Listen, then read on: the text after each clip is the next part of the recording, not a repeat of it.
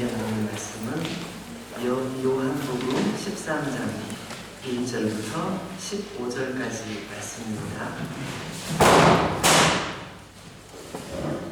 요한복음 13장 1절부터 15절까지. 유월절 전에 예수께서 자기가 세상을 떠나 아버지께로 돌아가실 때가 이른 줄 아시고 세상에 있는 자기 사람들을 사랑하시되 끝까지 사랑하십니다. 마귀가 벌써 시몬의 아들 가르디다의 마음에 예수를 팔려는 생각을 넣었더라. 저녁 먹는 중 예수는 아버지께서 모든 것을 자기 손에 맡기신 것과 또 자기가 하나님께로부터 오셨다가 하나님께로 돌아가실 것을 아시고 저녁 잡수시던 자리에서 일어나 겉옷을 벗고 수건을 가져다가 허리에 두르시고 이에 대야에 물을 떠서 제자들의 발을 씻으시고 그 두르신 수건으로 닦기를 시작하여 시몬 베드로에게 이르시니 베드로가 이르되 주여 주께서 내 발을 씻으시나이까? 예수께서 대답하여 이르시되 내가 하는 것을 내가 지금은 알지 못하나 이후에는 알리라. 베드로가 이르되 내 발을 절대로 씻지 못하시리다. 예수께서 대답하시되 내가 너를 씻어주지 아니하면 네가 나와 상관이 없느니라. 시몬 베드로가 이르되 주여 내 발뿐 아니라 손과 머리도 씻어 주옵소서. 예수께서 이르시되 이미 목욕한 자는 발밖에 씻을 필요가 없느니라. 온 몸이 깨끗하니라. 너희가 깨끗하나 다는 아니니라 하시니 이는 자기를 팔 자가 누구인지 아시니라. 그러므로 다는 깨끗하지 아니하다 하시니라. 그들의 발을 씻으신 후에 옷을 입으시고 다시 앉아 그들에게 이르시되 내가 너희에게 행한 것을 너희가 아느냐? 너희가 나를 선생이라 또는 주라 하니 너희 말이 옳도다. 내가 그러하다. 내가 주와 또는 선생이 되어 너희 발을 씻었으니 너희도 서로 발을 씻어주는 것이 옳으니라. 내가 너희에게 행한 것 같이 너희도 행하게 하려 하여 본을 보였노라. 아멘.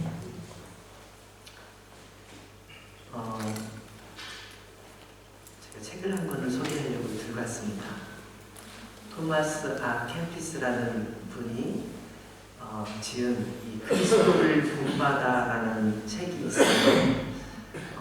기독교 역사에서 성경 다음으로 가장 많이 팔린 책이라고 해요.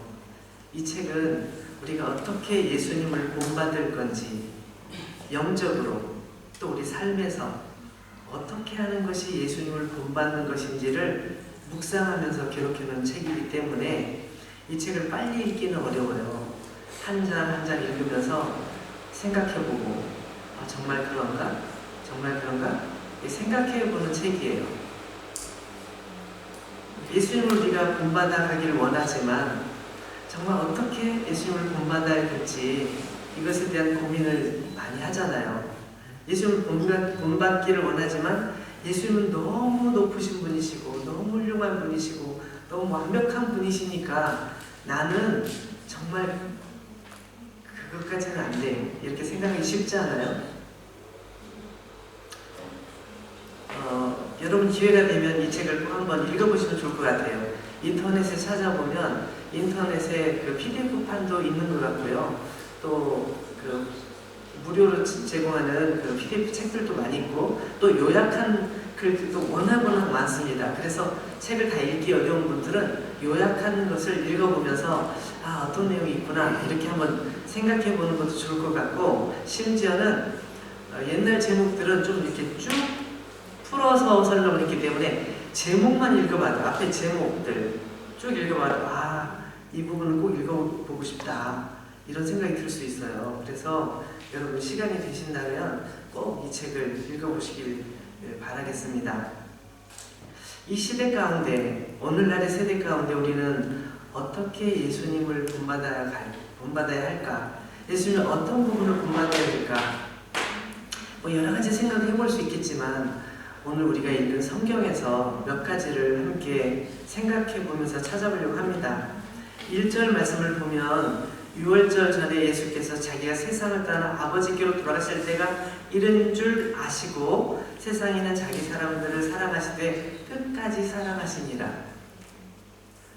전 이 끝까지 사랑하시니라 말씀을 읽을 때마다 결혼식 때가 생각나요. 제가 결혼할 때 제 아내 앞에서 또 많은 손님들 앞에서 그리고 하나님 앞에서 약속했거든요. 나는 죽음이 우리 사이를 갈라놓기 전까지 내 아내를 사랑하겠습니다. 그렇게 제가 말했어요. 근데 결혼해서 살다 보니까 그 말이 얼마나 어려운지 알겠어요.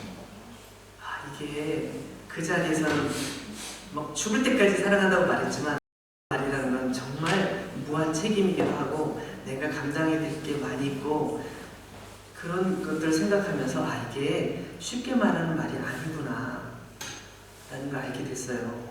근데 예수님께서 자기 사람들을 사랑하실 때 어떻게? 끝까지. 근데 이 장면은 어떤 장면이죠? 이제 예수님께서 이 식사를 마치시고 나면 이제 체포되시고 채찍에 맞으시고 십자가에 못 박히시는 죽음을 바로 눈앞에 두고 있어요. 바로 오늘 저녁이 지나면 내일은 죽음을 경험하시게 될 거예요. 근데 그 죽음은 누구 때문이다? 바로 여기 있는 나의 제자들을 위해서 내가 죽는다. 여기 끝까지라는 표현은 그 의미가 담겨 있어요. 내가 죽을 거야. 내일 죽게 돼. 그렇지만 내가 죽기 전까지 내 목숨 다하는 순간까지 난 끝까지 내 제자들을 사랑할 거야. 이 표현이거든요. 근데 2절 말씀을 보면 좀 황당한, 전 제가 보기에는 황당해요. 왜 2절을 넣었을까? 이거 빼는 게 더 분위기상 좋거든요. 보세요. 마귀가 벌써 시몬의 아들 가룟 유다의 마음에 예수를 팔려는 생각을 넣었더라. 이걸 왜 여기 기록했을까요? 안 기록해도 되잖아요. 안 기록하는 것이 더 자연스러운 표현이에요. 예수님께서 좀 있으면 제자들이 발을 씻어주실 거잖아요. 끝까지 사랑하신 그 표현으로 제자들이 발을 씻어주신단 말이에요. 근데 가룟 유다는 예수를 팔려고 결심하고 있는 사람이거든요. 만약에 저 같았으면 어쩌면 야 유다야 너 이것 좀 이 책 좀 저 옆에 동네 저 세띠에 살고 있는 우리 김성우 선생님께 좀 전해주고 오겠니? 김성우 선생님이 하룻밤 자고 가라는데 마침 우리 다 식사도 하고 잠도 자고 이 책 좀 전해드리고 와. 이렇게 말할 수도 있지 않았을까요? 그렇게 미워하고 예수님을 어떻게든지 죽이고 싶어하는 사람이라면 그 분위기를 해칠 가능성이 있잖아요. 그걸 알고 계신 예수님이라면 가룟 유다를 보낼 수도 있었을 거예요. 그런데 첫 번째 자리에 가룟 유다에 대한 얘기를 하세요. 예수님을 팔려고 하는 생각을 가지고 있는 마귀에게 조종당하는 이 가룟 유다가 왜 여기 기록됐을까요? 저 한참 생각해봤어요. 예수님의 첫 번째 관심은 가룟 유다다. 가룟 유다도 여기 있어야 돼. 가룟 유다도 여기 있어야 돼. 나는 가룟 유다의 발을 씻어줄 거야. 나는 가룟 유다의 마음을 만져주고 싶고 그를 도와주고 싶고 그를 끝까지 사랑하고 싶어. 이것이 예수님의 마음이 아니었을까? 저는 그렇게 생각을 해봤어요. 그렇지 않고는 어떻게 제일 앞자리에 가룟 유다의 이름을 넣냐고요. 저는 제가 정말 사랑하는 사람은 내 옆에 계속 있었으면 좋겠어요. 근데 저에게 좀 불편한 얘기를 하는 사람은 솔직히 옆에 없으면 마음이 편하더라고요. 근데 예수님께서는 그런 불편하게 하는 그 사람을 제일 가까이, 제일 먼저 언급하신다고요. 이거 우리하고 너무 다른 모습 아니에요? 우리는 입술로는 말하죠. 아, 정말 잘 오셨어요. 아, 오늘 같이 있으니까 너무 좋네요. 라고 말하지만 오늘 꼭 와야 돼. 이런 생각 할 때 있잖아요.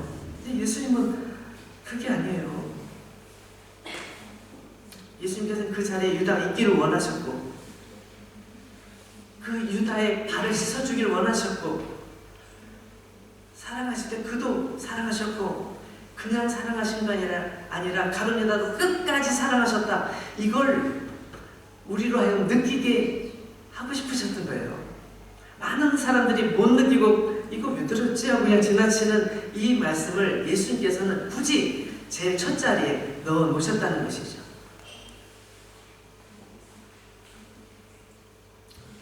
이제 3절 이하에 나오는 내용을 우리가 잘 아는 내용이죠. 예수님께서 제자들을 사랑하시는 표현, 끝까지 사랑하신다는 의미로 제자들의 발을 씻어 주시죠. 옷을 벗으시고, 겉옷을 벗으시고, 허리 수건을 두르시고, 대야에 물을 떠다가 제자들 발 앞에 놓고 거기에 무릎을 꿇고 제자들의 발을 씻어 주십니다. 제가 지난주에 모로코에 다녀왔잖아요. 가도 끝없는 사막 거기 벌판으로 쭉 차를 타고 지나가는데, 와, 여기는 진짜 사람 살아남기 힘들겠다 하는 생각이 들더라고요. 먼지가 풀풀 날려가지고 계속 막 먼지가 뽀얗게 앉아요. 근데 그 중동 지역이 다 그렇다잖아요. 그래서 발에 밖에 걸어다니고 나면 옛날 포장도 안 됐으니까 그런 도로를 걸어다니고 나면 발에 먼지 막 그 땀하고 섞여서 때 뭐이 더럽잖아요. 근데 그걸 손으로 씻는다는 게 참 좀 불편한 일이죠. 그래서 이런 불편한 일은 원래 집주인들이 절대 하지 않았다고 해요. 집에 있는 하인들이 야 손님 맞아라 그러면 하인들이 물을 떠다가 손님들의 발을 씻어드리고 자 저쪽으로 가시죠 이렇게 안내해드리는 게 하인들이 하는 일 중에 중요한 일이었다고 해요. 근데 예수님께서는 그렇게 하지 않으셨어요. 예수님 스스로가 제자들의 발을, 그 더러운 발을 씻어주시는 거예요. 제자들은 엄청 부담스러웠겠죠. 스승님께서, 선생님께서 어쩌면 앞으로 왕이 되실지도 모르는데, 그래서 우리가 여태껏 따라다니고 있는데 이분이 왕이 되시면 우리도 한 자리씩 뭔가 장관 하나는 하고 싶어, 그런 마음으로 따라다니면서 예수님이 시키면 뭐든지 해야지 이러고 쫓아다니고 있는데 갑자기 예수님께서 발을 씻어주시니까 얼마나 당황스러웠겠어요. 다른 사람들이 말도 못하고 이러고 있을 때 베드로는 견디지 못하죠. 베드로 성격이 견디지 못하죠. 이번에 모로코에 선교사 세미나 갔을 때 제 옆에 앉으신 목사님, 선교사님께서 성격이 불같으세요. 말씀도 시원시원하게 하고 저는 이렇게 여자처럼 나서 어떻게 말한다고 말을 하시는데 너무 부러웠어요. 나도 저렇게 좀 이렇게 말하고 싶었는데 그분도 저를 부러워하시더라고요. 어쨌든 베드로는 굉장히 성격이 과감하고 조용조용하게 있는 스타일이 아닌 것 같아요. 예수님 앞에서 도저히 견딜 수가 없으니까 6절 말씀을 보니까 예수님께서 어떻게 제발 할 수 있으세요? 막 이렇게 말을 하는 거죠. 제가 읽어볼까요? 시몬 베드로에게 이르시니 베드로가 이르시되 주여 주께서 내 발을 씻으시나이까. 주님이신데 선생님이신데 나의 스승님이신데 왜 제 발을 씻어주세요? 이러면 안 됩니다. 이러시면 어떡합니까? 라고 얘기하는 거예요. 그때 예수님께서 중요한 말씀을 하시죠. 네가 지금은 모르지? 넌 지금 모르는 게 확실해. 모르는 게 당연해. 그렇지만 나중에 알게 될 거야. 예수님께서 하신 행동은 단 한 가지 목적을 가지고 하신 게 아니었어요. 여러 가지 목적을 가지고 계셨던 것 같아요. 제자들이 이해하지 못하는 예수님의 행동, 당황스러워하는 제자들의 모습, 이해할 듯 이해하기 힘든 예수님의 코멘트. 제자들은 이야기를 들으면서 이게 무슨 뜻일까? 무슨 뜻일까? 예수님께서 십자가에 죽으신다는 걸 상상도 못한 상황이에요. 이제 예루살렘으로 올라가려고 준비하고 계신 중이기 때문에 올라가시기만 하면 예수님은 왕이 되실 거고, 그러면 우리는 장관의 자리를 어느 자리가 더 좋은 자리인지 그걸 계속 제자들끼리 서로 싸우면서 생각하고 고민하고 있는 상황인데, 예수님께서는 전혀 이해하기 힘든 행동을 하시는 거죠. 우리가 생각해 볼 수 있는 예수님의 행동을 두 가지로 생각해 볼 수 있죠. 첫 번째, 예수님의 겸손하심, 사랑하심, 그리고 낮아지심. 예수님의 섬기는 모습을 통해서 우리가 배우길 원하는 것, 그걸 생각해 볼 수 있어요. 두 번째는 예수님께서 씻어주신다는 의미가 또 다른 하나의 의미가 있잖아요. 어떤 의미죠? 시몬 베드로가 시몬 베드로와 예수님의 대화 속에서 나오죠. 9절 보면 8절부터 베드로가 이르되 내 발을 절대로 씻지 못하시리라. 예수께서 대답하시되 내가 너를 씻어주지 아니하면 네가 나와 상관이 없느니라. 내가 너의 발을 씻어주어야만 너와 나의 관계가 있는 거야, 의미가 있는 거야 라고 말씀하시는 거잖아요.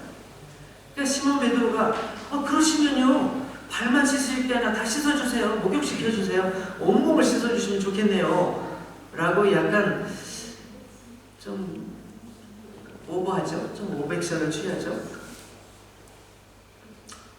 그때 예수님께서 이미 목욕한 자는 발밖에 씻을 필요가 없느니라. 온몸이 깨끗하니라. 너희가 깨끗하나 다는 아니니라. 이렇게 말씀하시면서 지금 이 씻는다는 의미가 단지 몸이 더러워서 씻는다는 의미가 아니란 사실을 제자들에게 알려주세요. 몸을 씻는 의미가 아니라 뭔가 다른 뜻이 있으시구나. 그 뜻이 무엇일까? 제자들은 아직까지도 확실히 알 수는 없어요. 그러나 우리는 알죠. 왜냐하면 예수님께서 죽으시고 다시 부활하시고 모든 이야기를 우리는 다 알고 있으니까. 예수님께서 제자들의 발을 씻으시는 것은 그의 삶 속에서 지은 죄들을 예수님께서 씻어주신다는 의미를 이렇게 보여주고 계신 거거든요. 예수님의 퍼포먼스는 단순히 발을 깨끗이 닦아주는 것이 아니라 그들의 영혼을 깨끗하게 해주시고 하나님 앞에 설 수 있는 자격을 갖춘 죄 없는 하나님의 자녀로 세워주시기 위한 예수님의 사역을 보여주시는 퍼포먼스였거든요. 그래서 너희들은 다 목욕했어. 어떻게? 내가 너희들의 죄를 용서함으로, 너희들의 죄를 위해 내가 죽음으로 너희들의 죄는 다 씻어져, 다 없어져 라고 말씀하고 계신 거예요.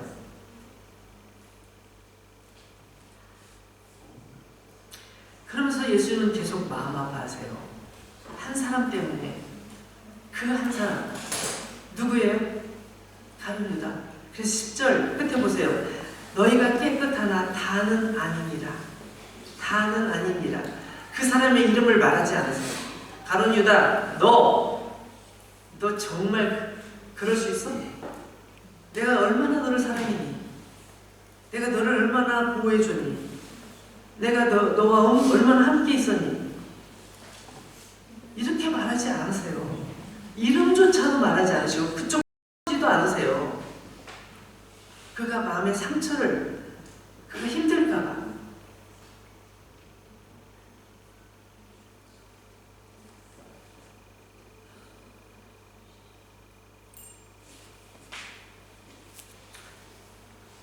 저는요, 우리 가운데, 아니 더 정확히 제 안에 이렇게 용서 못하는 마음들, 모든 사람을 향해 그렇지는 않아요. 모든 사람을 다 용서하고 사랑하는 것 같아요. 근데 어떤 한 사람은 물론 사랑하긴 하지만 이런 단서가 자꾸 붙어요. 사랑하긴 하는데 좀 이렇게 한숨이 나올 때가 있어요. 근데 예수님께서는 저 같은 그런 하급 좀 그런 모습으로는 하지를 않으시는 것 같아요. 제가 성경을 아무리 찾아봐도요, 예수님께서 그러지를 않으셔요. 13절 말씀도 보면 예수님께 이렇게 말씀하시죠. 너희가 나를 선생이라 또는 주라 하니 너희 말이 맞아. 내가 너의 선생님이지, 너의 주님이지. 그런데 내가 너희들의 주님이면서도, 너희들을 가르쳐준 선생님이면서도 내가 너희들의 발을 씻었잖아. 왜 그랬을까? 너희들도 그렇게 했으면 좋겠다. 이게 예수님의 마음이죠. 그대로 한번 읽어볼까요? 14절, 내가 주와 또는 선생이 되어 너희 발을 씻었으니 너희도 서로 발을 씻어주는 것이 옳으니라. 15절, 내가 너희에게 행한 것 같이 너희도 행하게 하려 하여 본을 보였노라. 예수님께서는 말씀으로 하지 않으셨어요. 제가 한국에 있을 때 참 가슴 아팠던 게 뭐냐면, 예수님 안 믿는 사람들하고 얘기할 때 이런 얘기를 종종 들었어요. 예수님 믿는 사람들은, 이렇게도 아니고, 예수 믿는다고 하는 사람들이 말만 잘하지 창각쟁이들 많아요. 말만 잘하지 자기는 그렇게 못 살아요. 말하는 대로만 살아봐. 내가 예수 믿지. 이런 말을 많이 들었거든요. 그런 얘기를 제 앞에서 들으라고 막 하는 거예요. 제가 그렇게 못 살았다는 건지. 그래서 어쨌든 참 부끄러웠어요. 예수님께서 이 모습을 보여주신 것은, 얘들아, 너희들이 머릿속으로 많이 아는 거, 그거 중요한 게 아니라 머릿속으로 하나를 알면 그 하나를 좀 실천하면 좋겠어. 내가 너에게 보여준 거 발 닦아줄 때 미안했지. 그냥 미안하게 생각하지 말고 너희들이 너희 옆에 있는 사람들을 그렇게 사랑해주고 섬기고 그들의 죄도 용서해주고, 정말 미워도 미운 마음 갖지 말고 끝까지 사랑하는 거 나를 보고 좀 배웠으면 좋겠어. 내 마지막 유언이다. 마지막 유언이다라고 써 있었죠. 오늘 성경 중에. 있었어요, 없었어요? 있었어요, 없었어요? 있었죠. 1절에 끝까지 사랑하시는 바로 앞에 써 있었어요. 예수님께서는 그 말씀을 다 포함하시면서 이 말씀을 하신 거예요. 끝까지 사랑하시는 예수님의 모습 속에서, 와, 예수님 정말 훌륭하신 분이야 라고 생각하면서 그 다음에, 그럼 나는 어떻게 해야 될까? 나는 어떻게 사랑해야 할까? 내가 사랑해야 할 사람은 누구일까? 이걸 생각하고 고민해야 되지 않을까요? 예수님께서 나에게 너희도 이렇게 하게 하려고 내가 너에게 본을 보였어 라고 말씀하시면, 그럼 그 말씀대로, 예, 그러면 저도 그렇게 사랑하겠습니다. 쉽지는 않지만 노력하겠습니다. 아니, 최선을 다해서 예수님처럼 하겠습니다. 이렇게 우리는 고백해야 되잖아요. 빌립보서 2장에 보니까 예수님을 본받으라는 말씀이 나오는데, 그 부분 한번 찾아보고 오늘 말씀을 맞추려고 해요. 우리 빌립보서 2장 성경을 찾아보겠습니다. 빌립보서 2장 5절부터 8절까지 말씀은 어떤 분들은 다 외울 수도 있을 것 같아요. 한번 찾아서 한번 읽어보겠습니다.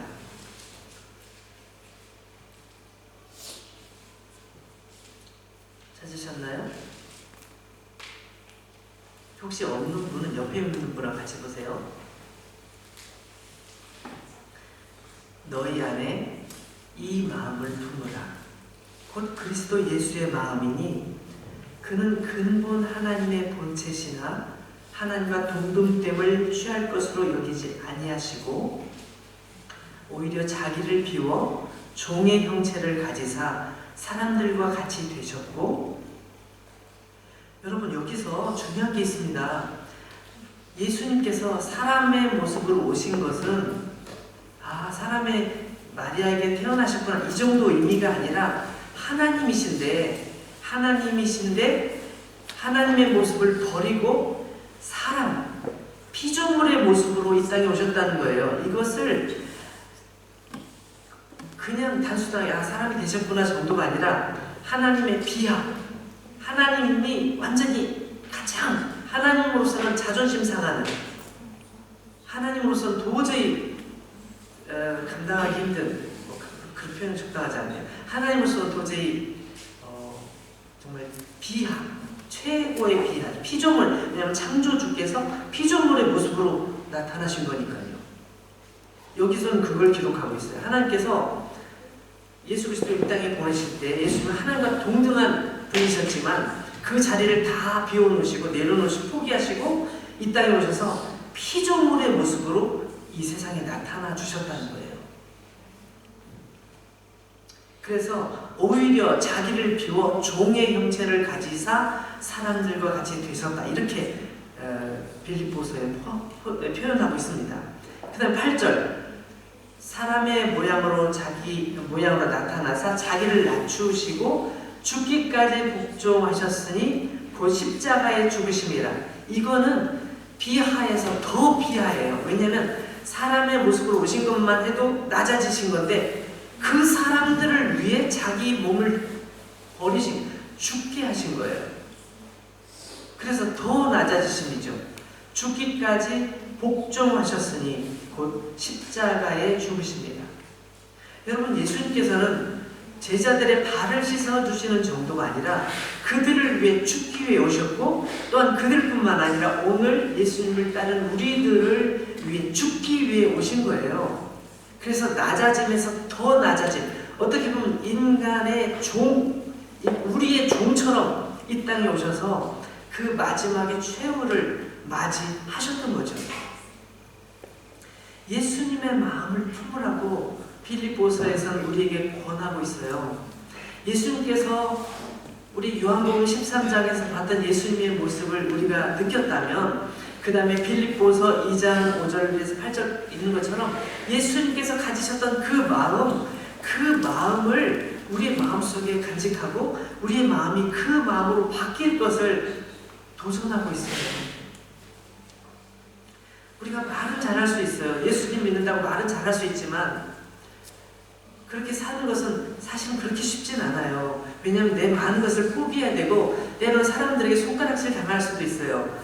아이고, 전 이번에 제가 같이 그 모임에 참여했는데 선교사님 한 분이 히브리어에 능통하시고 헬라어에 능통하시고 아랍어에 능통하세요. 그리고 같이 그 세미나를 마치고 여행할 때 운전하시는 분이 아랍 사람이었어요. 아랍 사람이 운전하셨는데 그분 바로 옆자리에 그 부부가 딱 앉으시더라고요.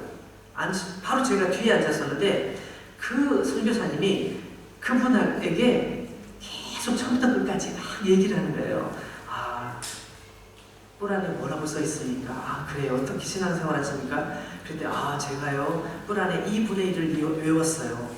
그분도 대단하죠. 운전기사인데 뿔 안을 반을 외웠대요. 이 반을 읽어봤다는 게 아니라 반을 외웠대요. 그렇게 읽기 있는데요. 요즘 이맘들이 뿔한 대로 안 가르치더라고요. 그러더라고요. 그러니까 이분이 계속 얘기하면서 예수님에 대해서 복음을 전하시는 거예요. 근데 제가 그분에 대해서 또 놀라운 게 뭐냐면 그분은 대학에 가서 히브리어, 헬라어, 아랍어를 가르쳐도 돼요. 교수님 하셔도 돼요. 그런데 그분이 지금 계획하는 건 뭐냐면 모로코에 양계장을 지어서 닭을 키울 계획을 세우고 계세요. 그걸 통해서 복음을 전할 기회를 만들고 복음을 전하시는 선교사님들에게 자금을 전달하고 이렇게 헌신해야겠다는 생각을 가지고 양계장을 지을 계획을 갖고 계시더라고요. 제가 이해할 수가 없었어요. 와, 전 너무 부러웠거든요. 저는 히브리어, 헬라어 이렇게 좀씩 읽을 줄은 알지만 잘 못하거든요, 사실은. 막 주석을 찾아보고 참고서를 보면서 도움을 받아서 저도 설교 준비하고 그러는데 그분은 그 아랍어 성경을 딱 펴놓고 같이 대화를 하면서 이렇게 아랍어 ቁ란에 이렇게 나왔는데 어떻게 생각해? 라고 말을 할 정도예요. 와, 그런데 그 모든 것을 내려놓고 더 중요한 하나님의 나를 위해서 헌신하시는 모습을 보면서 저것이 바로 내려놓음이고 저것이 바로 섬기는 모습이구나 제가 많이 도전을 받았습니다. 이 땅에 많은 그리스도인들이 그렇게 살아가세요. 아마 제가 알기로는 여러분 중에도 그렇게 살아가는 분이 있다고 저는 알고 있어요. 제가 말씀을 드릴 수는 않겠지만 우리 가운데도 그런 분이 계세요. 그게 너무 아름다운 주님의 모습이죠. 주님께서 원하시는 모습이 바로 그런 모습이었다고 저는 믿어요. 빌립보서에도 너희 안에 이 마음을 품어야 돼. 어떤 마음? 예수님의 마음을 품어야 돼. 라고 말씀하고 계십니다. 그분이 낮아지심처럼 우리도 낮아지고, 그분이 더 낮아지신 것처럼 우리도 더 낮아질 수 있다면 더 낮아져서 예수님의 사랑을 전하고 사랑을 함께 느끼고 함께 기뻐하고, 주님의 사랑이 이렇게 컸군요, 우리가 그 사랑 안에 있으니 이렇게 행복하군요 라고 늘 말할 수 있어야 돼요. 이게 주님께서 이 땅에 오신 이유죠. 예수님을 본받기 위해서 우린 예수님을 더 묵상해야 됩니다. 예수님의 말씀을 읽을 때 휙휙 빨리 읽지 말고요, 천천히 도대체 이때 왜 이렇게 말씀하셨을까? 여기서 못 넘어가겠네. 왜 이 단어를 사용하셨을까? 왜 예수님께서 이 부분에서는 이런 모습을 보여주셨을까? 예수님의 마음을 이해할 수 있도록 성경을 읽고 그 말씀 속에서 내게 해당되는 걸 찾아내서 내게 담고 예수님 닮아가는 그런 우리 모두가 됐으면 좋겠어요. 그런 사람이 많이 모이면 그 교회는 아름다운 교회가 되겠죠. 그런 분들이 많이 세상에 나가서 막 뭔가를 하고 있으면 그 사람이 간 그 주변은 환하게 밝아질 거예요. 예수님의 사랑으로 가득 찰 거예요. 예수님께서 우리를 그렇게 부르셨고 우리가 세상에 그렇게 부름을 받은 거예요. 우리가 멀리 선교사로 못 가도 우리가 있는 이 자리에서 그렇게 하는 것이 선교하는 것이고 전도하는 것이죠. 나는 제대로 가고 있는지, 나는 예수님의 십자가의 의미를 내 삶 속에서 드러내고 있는지 우리 생각했으면 좋겠습니다. 같이 기도하겠습니다. 이 시간 우리 각자에게 주신 마음이 있을 거예요. 여러분에게 주신 마음은 어떤 마음인가요? 그것을 지금 주님께 고백했으면 좋겠습니다. 주님, 오늘 말씀 들으면서 이런 생각이 들었어요. 제가 이렇게 해야 되겠다는 결심도 생겼고요. 제가 말씀을 좀 더 자세히 봐야 되겠다는 마음도 들었어요. 우리 각자 든 생각들 있잖아요. 그것을 주님께 고백했으면 좋겠습니다. 하나님, 저와 함께 해주세요. 같이 기도합니다.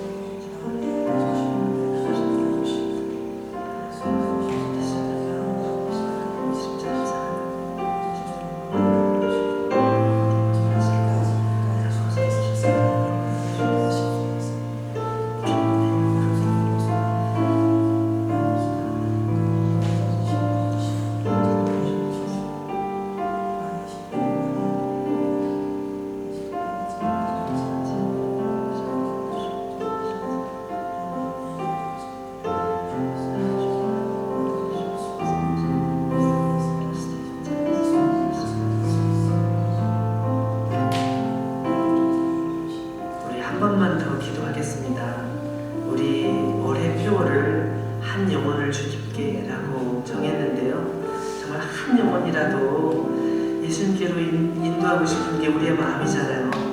우리 마음속에 있는 그 한 영혼, 우리가 정한 마음속에 정한 한 영혼, 그분을 위해서 잠시 기도했으면 좋겠습니다.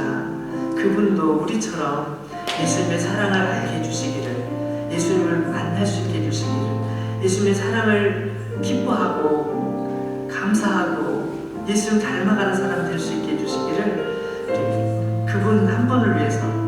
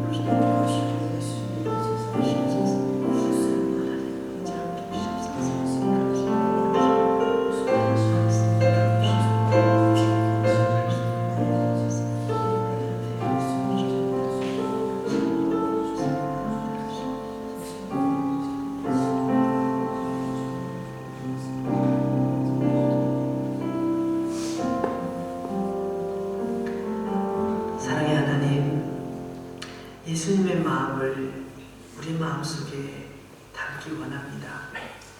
예수님의 마음을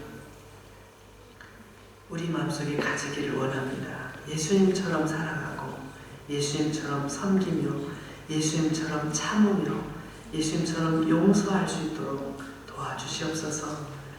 우리에게 주님의 은혜가 충만케 하여 주셔서 날마다 주님으로 인하여 기뻐할 뿐만 아니라 주님의 사랑을 우리 옆에 있는 사랑하는 지체들에게 나눌 수 있도록 도와주옵소서. 예수님의 귀하신 이름으로 기도드립니다. 우리 찬송가 일어서서 부릅니다. 149장 1절과 2절만 부를 거예요.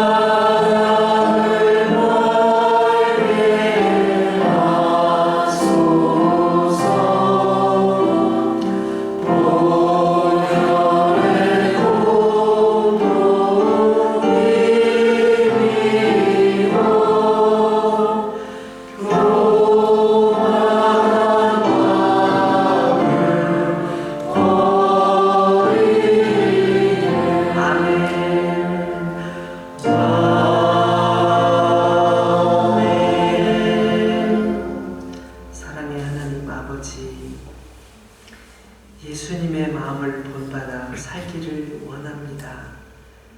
우리가 함께 드린 찬양처럼 주님의 달려 죽으신 십자가를 생각할 때마다 세상의 헛된 욕심들 내어놓게 해주시고 예수님의 보혈의 공로 의지하며 주님 앞에 나갈 수 있도록, 또한 세상 가운데 나갈 수 있도록 도와주시옵소서. 하나님 아버지, 주님의 사랑이 우리 가운데 있는데 우리가 그 사랑을 나누지 않고는 견딜 수 없는 마음이 우리 속에 있는데, 하나님, 우리가 이 사랑을 나눌 기회를 허락해 주시고 이 사랑을 함께할 사람들을 만나게 해 주시옵소서. 하나님, 오늘도 주님 앞에 예배를 드리면서 정성과 마음을 다해서 주님 앞에 예물 드리는 손길들 있습니다. 그 예물 드려진 것처럼 그들의 생애도 받아주시고 주님께서 기뻐하여 주시고 주님께 영광 돌리는 복된 삶이 될 수 있도록 도와주시옵소서. 사랑하는 이웃을 위하여 눈물로 기도한 그 기도를 기억하여 주시고 귀한 예물로 받아주셔서 그 기도에 응답하여 주시고, 또한 그 기도의 대상이었던 분들이 주님의 은혜 안에 머무를 수 있도록 도와주시옵소서. 사랑하는 형제와 자매 이웃들을 돌아보면서 그들의 연약한 것을 돌보기 위해 재물을 나눴던, 물질을 나누고 시간을 나누고 마음을 나눴던 모든 지체들의 섬김을 또한 귀한 예물로 받아주시고 주님의 영광을 위하여 귀하게 그들의 삶이 사용될 수 있도록 도와주시옵소서. 이제는 우리 구주 예수 그리스도의 은혜와 하나님 아버지의 사랑과 성령님의 교통하심이 예수님을 본받아 살기로 마음속에 굳게 결심한 모든 주님의 자녀들에게 이제부터 영원토록 함께 계실지어다. 아멘.